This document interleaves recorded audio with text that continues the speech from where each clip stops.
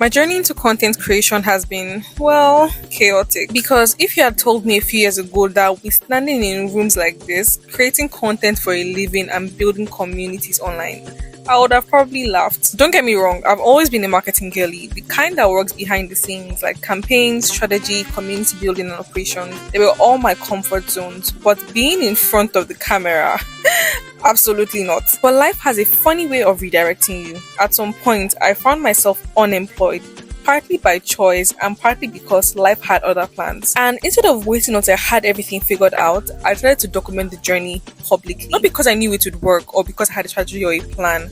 No, but because it was something I could control. I couldn't control who hired me. I couldn't control how quickly opportunities would come.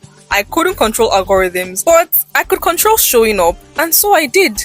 Some days the content performed well, and some days it didn't. Some days I felt very confident, and most days I felt very awkward, but I kept showing up anyway. And fast forward to today, we've built a community of over 40,000 people on Instagram and over 10,000 on LinkedIn and thousands more across different platforms. Yet, every now and then, I still get cold feet.